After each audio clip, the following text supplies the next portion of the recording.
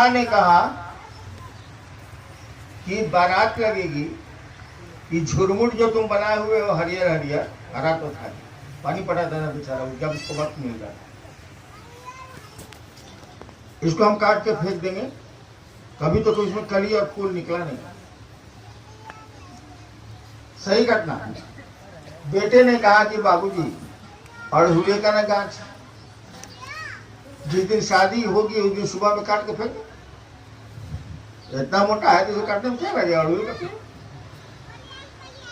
और दुखी हो गया बच्चा। वो अब बच्चा भी कुछ सियाना हो गया था, वो दुखी हो गया कि बताइए इतना हरियर पेड़ है, इतना हम लगाए हैं, फूल नहीं दिया, इसीलिए बाबूजी कह रहे हैं कि इसको काट देंगे, आज बारात आने वाली है।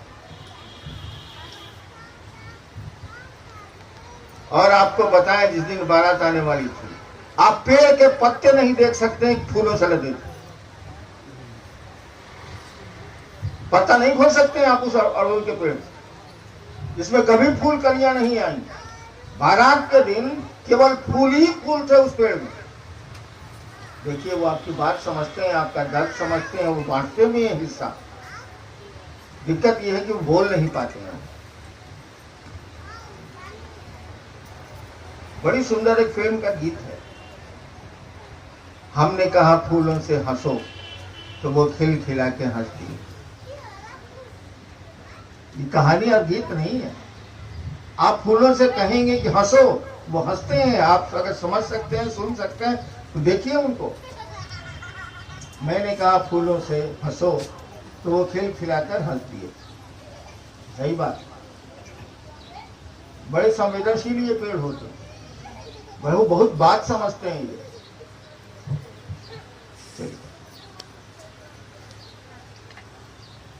इन चीजों का ध्यान रखिएगा आप लोग। संगोष्ठी का पेड़ काट देना यानी अपने अंग को काट देना, मैं ऐसा समझता हूँ। लेकिन अब बहुत जरूरी है, कोई जीवन यापन के लिए काट रहा है तो ठीक काटिए आप, लेकिन आपने एक अंग को काटा है जरूर। काटी तो फिर नया लगा भी दीजिए दूसरी जगह। हाँ, जरूरत पड़े। भारतवर्ष का बहुत पुराना नियम था, पेड़ों से दवाएं बनती हैं, अभी बनती है, पहले तो बनती ही थी।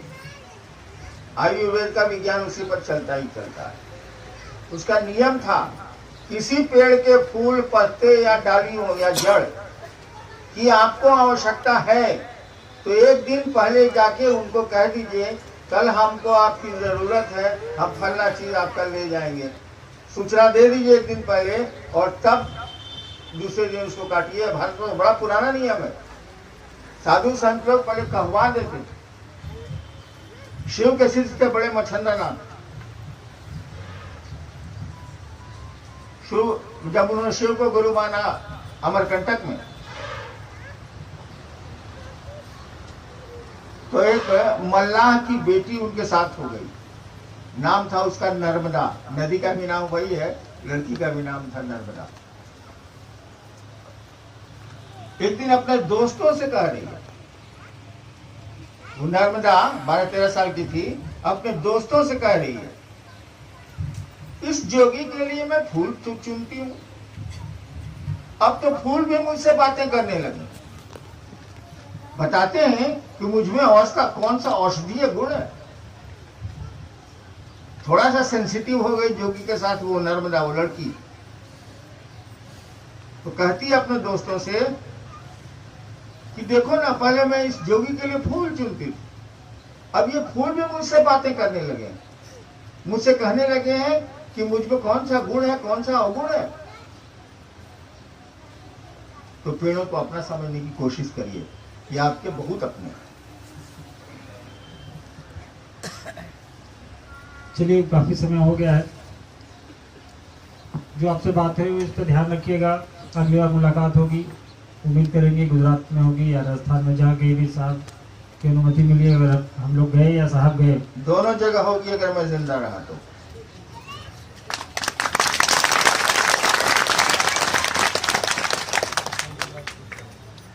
इस संकल्प के साथ मैं अपनी बात समाप्त करूंगा कि प्रयोजन संगोष्ठी का आपने देखा है, लिखा पड़ा है स्वच्छता। दूसरा हमारा अनुरोध जो प्रकृति के प्रति संवेदनशील होने का है, पौधे लगाने का है, उसकी रक्षा करने का है। ये तो हुआ भौतिक सफाई। जी। कहाँ गई आध्यात्मिक और मानसिक सफाई? सफाई तो सब ना होगी भाई साहब। अगर मन गंदा है तो आप समाज में जिएंगे कितने दिन? हमेशा जान लीजिए, कोई कहानी आज तक उपन्यास और कहानी नहीं बनी कि नेकी पर कभी भी बदनीयती का राज हो जाए। बदनीयत अगर कोई है वो जीत नहीं सकता नेकी से। आज तक का इतिहास नहीं है, कोई कहानी भारतवर्ष और विश्व में नहीं बनी, समरिटन वगैरह अंग्रेजी में है, इसमें कहीं उल्लेख नहीं है कि बुराई जीत गई हो अच्छाई से। अच्छाई हमेशा जीतती है, परेशानी अच्छाई को ज्यादा होती है, लेकिन जीतती विक्ट्री इज वेरी आवर्स, विजय उसकी जरूर होती है, हम लोगों की जरूर होगी अगर मन साफ है, आप साफ हैं, परिवेश साफ है। और बहुत जरूरी है कि अपने मन को साफ रखें। शिव के बारे में कहा जाता है वो सत्य भी हैं, सुंदर भी हैं। शिवम सत्यम सुंदरम क्यों कहा गया? सुंदर वही है जो हर समय में सुंदर रहे। गुलाब के फूल आज सुंदर लग रहे हैं, परसों नहीं लगेंगे। वो सुंदरता नहीं है, क्षणिक है, काल विशेष के लिए है। शिव हमेशा सुंदर है, उसमें कभी कोई परिवर्तन नहीं होता, इसीलिए सत्य है वो, सुंदर है वो और शिव है। हम लोग को भी ऐसा ही बनना है, उसी गुरु के शिष्य हम लोग हैं, और शिष्य से नजदीक गुरु का कोई नहीं होता। कहानी पढ़ी है ना, शिव के शिष्य थे परशुराम और शिव के पुत्र थे गणेश जी। दोनों में युद्ध हो गया, लड़ाई कौन भरोसा, युद्ध हो गया। आज भी आप देखते हैं एक दंत गणेश, एगो दांत टूटा हुआ है, कटा हुआ है। शिव ने अपने शिष्य का साथ दिया और परशुराम ने गणेश का एक दांत पत्थर से उड़ा दिया। आज भी तस्वीरों में एक दंत ही गणेश ही पूजे जाते हैं, दो दंत गणेश की पूजा नहीं होती। तो गुरु के लिए तो शिष्य से प्यारा कोई नहीं होता। आपके गुरु हैं शिव, आप एक बार बोले हैं कि शिव मेरे गुरु हैं, इस मर्यादा को, अब एक बार किसी को बहन बोल दीजिए और उसका इस मर्यादा को तोड़ दीजिए, आपसे हरामी कोई है? तो आपने एक बार कहा कि शिव मेरे गुरु हैं, इस संकल्प पर खड़ा रहिए, इस विचार पर खड़े रहिए, इस सोच पर खड़े रहिए और जितना बन सके, जितना ही बन सके अपने गुरु की ओर चलने की कोशिश करिए। अपना काम भी, जो खुद का काम नहीं कर सकता वो खुदा का काम नहीं कर सकता, जान लीजिए। जो खुद का काम नहीं कर सकता वो खुदा का भी काम नहीं कर सकता। इसीलिए अपना काम भी पूरी ईमानदारी से करिए, जो ही काम है, घर का, बाहर का, और शिव का भी कार्य पूरी ईमानदारी से करिए। दोनों में घाल मेल मत मिलाइए।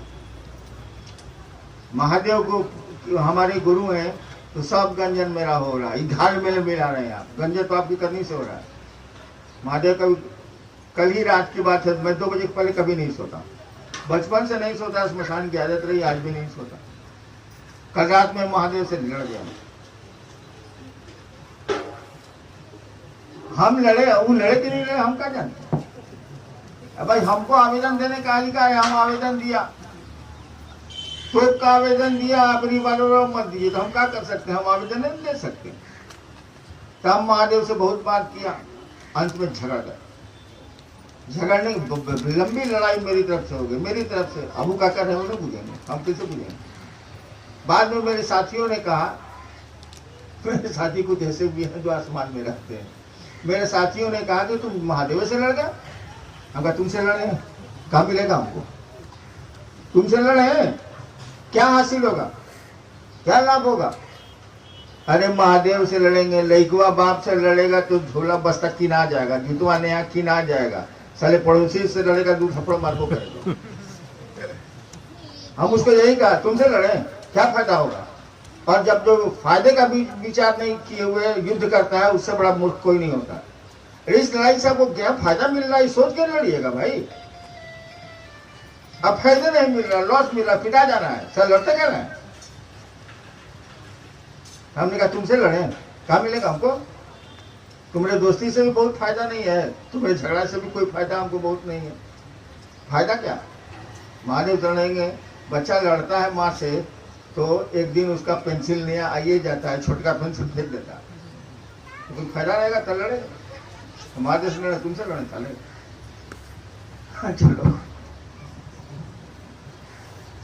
चलिए बहुत बातें हो गई आपसे। अब आपके बीच और भी लोग अभी बैठे हैं, आपसे बातें करेंगे। आप लोग का अगर कुछ जिज्ञासा वगैरह शायद आई है तो साहब समाधान करेंगे उसका। समय क्या हो गया? वक्त भी हो गया काफी। गुजरात की ट्रेन कब गई है? 4 बजे टाटा से दिन में, 4:15 पे। शाम में किसकी ट्रेन है? भोर में है गुजरात के लिए। अरे आज शाम में किसी की ट्रेन है या नहीं है? सीधे बोलो नहीं यार। अहमदाबाद वाले अहमदाबाद है ना, अहमदाबाद शाम को 6 बजे, सुबह से 18:25 में यहाँ है। हाँ 6:25। चलिए इस उम्मीद में कि यहाँ आके आपने जो खुद भी सुना साहब से सुनेंगे, जाएंगे क्षेत्रों में लोगों से, वही बात करेंगे, लोगों को